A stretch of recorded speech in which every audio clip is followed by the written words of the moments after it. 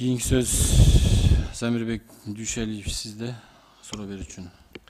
Жанибек Султанович, мен эле жооп берип коеюн.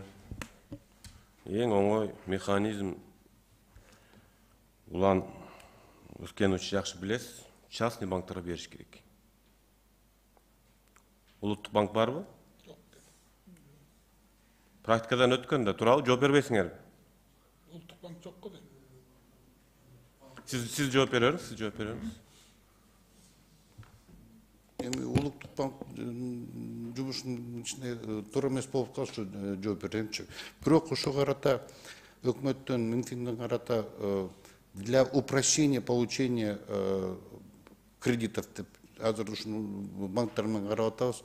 Кайсы жанагы стартап деп атабыз же софинансирование деп атабыз. Ошо тараптан менин оюмча ушу жылдын аягына чейин иштеп чыгабыз, анан ошондо сунуш киргизебиз. Жок, частный банктарга бериш керек да, туурабы? Жеңилдейт ошондо кредиттерди. Эми биз ушу частный банктарга көп кирише албайбыз. Акылбек Биримкулович, жооп берсеңиз. Уруксат болсо мен жооп берип койсом, финанс эмесинин өкүлү. ФСКда өзүңүздөр билгендей азыркы күндө 6 банк катышкан, анын ичинде коммерческий банктар да катышат. Бул кластерный финансирование боюнча биз мамлекет Айыл банк менен РСК банктын уставной капиталына кирип атабыз да. РСК банкка 4,5 миллиардка, Айыл банкка 5,5 миллиардка. Бул ушу эки банкка багытталган. Коммерческий банктарчы? Коммерческий банктар ФСКда. Быйыл берилген жок аларга? Быйыл берилди, 6 банк катышты. Жалпы суммасы 4,9 миллиард. Кайсы айда катышты? Июнда. Жылдын башынан эле катышып атат. Жок, жалган айтып атасыз. Сиздер коммерческий банктарга бербедиңиздер. Өзүңөрдүн РСК банкка берип, Айыл банкка берип, мына дыйкандар кыйналып, искусственный очередтерди коюп, сиздер элдин баарын кыйнадыңар, дыйкандарды. Ошон үчүн мына бүгүнкү күндө акча каражаттарынын баары ашып турат азыр. Мен экинчи Саламатсызбы, Айыл банктан мен да ошо кошумчалап кетейинчи. Атым Норузбаев Жанар, төраганын орун басары болуп. Айыл банктан жооп берсем, ошо жана комплексный финансирование сельского хозяйства КПК деп коебуз. Муну боюнча биз 1 миллиард 700 миллион бөлүнгөн, анын толук освоение кылганбыз. Биз эме маселе жок. Биз азыр андан тышкары дагы Минфинге 1 миллиард сурап кайрылганбыз.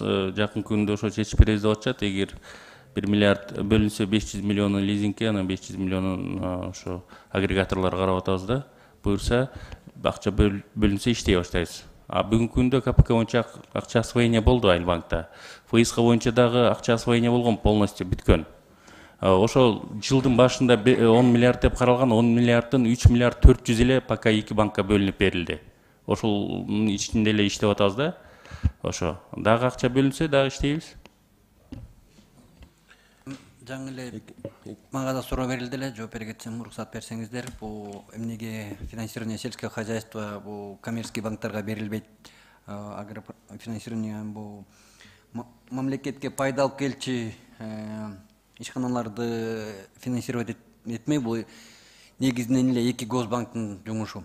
Даже азыркы күндө ФСКнын көпчүлүк бөлүгү эки госбанкка бөлүнөт, комбанктарга в принципе майда эле суммалар бөлүнөт. Баягы анткени ал жерде пайда жок банктарга такыр. Ошол себептен алардын кызыкчылыгы жок. Ошон биз Айыл банкта, РСК дагы ФСКнын баягы сезон учурунда февраль жазында без выходных кечки саат 9га чейин иштеп аттык тилекке каршы. Жок, силер кандай эме банктарда эч кандай кызыкчылык жок. Силердин кызыкчылыгыңар канча? Өзүңөрдүн услугаңар канча кылып атасыңар азыр? Канча процент эмейт деп атасыңар ушу кредит берүүлөрдө?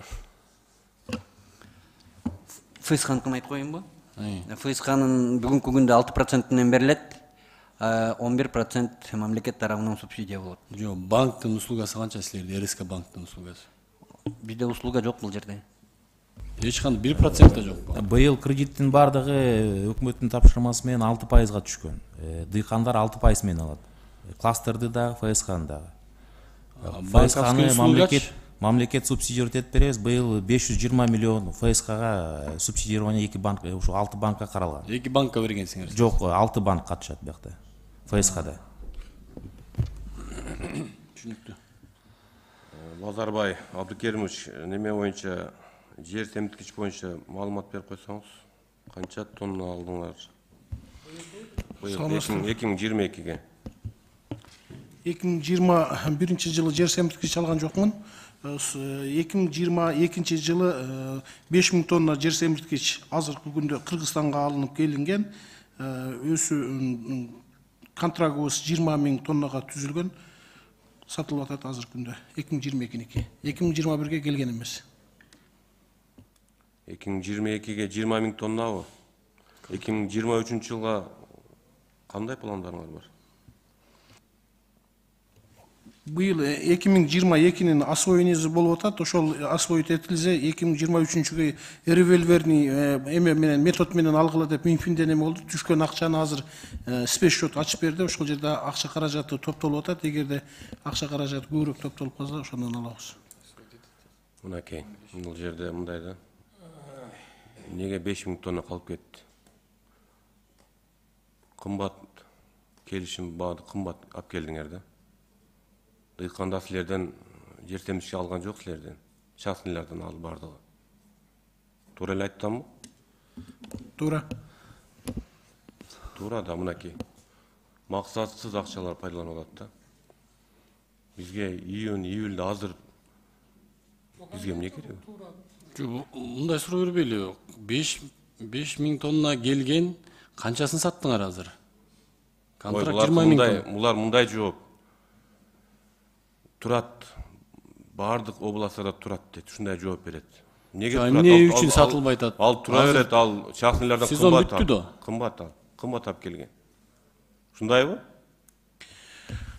Туура айтканыңыз туура. Биз алып келген учурда доллардын курсу башка болчу. Өзүңүздөр билесиздер, дүйнөдөгү болгон баягы жагдайларга байланыштуу доллар 105-106 сомго чейин көтөрүлдү. Ошол кезде биз мамлекет аралык сүйлөшүүлөрдүн негизинде түзүлгөн бул келишимдер. Өзүңүздөр билесиздер, жогорку кеңеште дагы ошол жерде айыл чарба министри дагы, кабинет министринин төрагасы дагы айтылган, курсу канчадан алынып атат, баасы канчадан экен. Ошол баа менен биз келишимдерди түзүп алып келгенбиз. Бирок калган биз 5000 тоннасын алып, калганын токтотуп койдук, себеби баа маселеси кымбат болуп аткандыгынын негизинде. 5000 тоннанын канчасын саттыңар? Азыр көлөм турат, 1,5 тоннадай эле сатылды, калганы турат. Курс ошол маалда бир жумага эле 105ке чейин көтөрүлгөн. Ошо бир жуманын убакытта договор түзүп жетише калдыңарбы? Жок, договор март айында эле, мурда эле башында эле түзүлгөндө акчаны которгон ошого келип калды да, акчаны которгон. Курс андай эмес болчу да. Курс бир эле жума көтөрүлүп түшпөдү. Бир жумадан 10 күн ашып кетсе. Эч ким билген жок да, доллар ошол бойдон түшүп кетеринчи. Және Султан суроо берейинчи. 2014 жылы канча тонна келген? 14. Менде маалымат жок экен азыр боюнча. 2014 жылы 80 000 тонна жер семирткич январь айында келген. 2015 жылдары. Туура айтып атамбы? Туура эрте келген. Билет. Эрте келген ооба. Январь. 80 000 тоннан же 50 000 тонна январь айында келгенде Балбак Зарлыкович дыйкандар жыргап калган. 14 сомдон келген. Мамлекеттик деңгээлде келишим түзүп алып келишкен. Мен 2023 жылы айтып атканым ошо да. Неге июнда, августта алып келиш керек жер семирткичти? Дыйкандар качан керек? Дыйкандарга февралда, мартта, апрелде керек. Январда алып келген мүмкүнчүлүк барбы?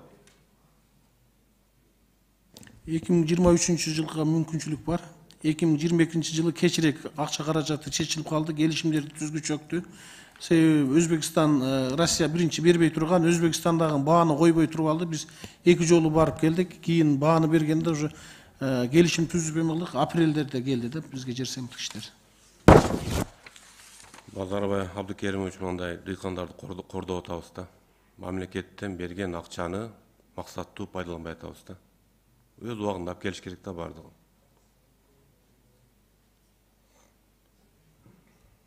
Рахмат. Кийинки сөз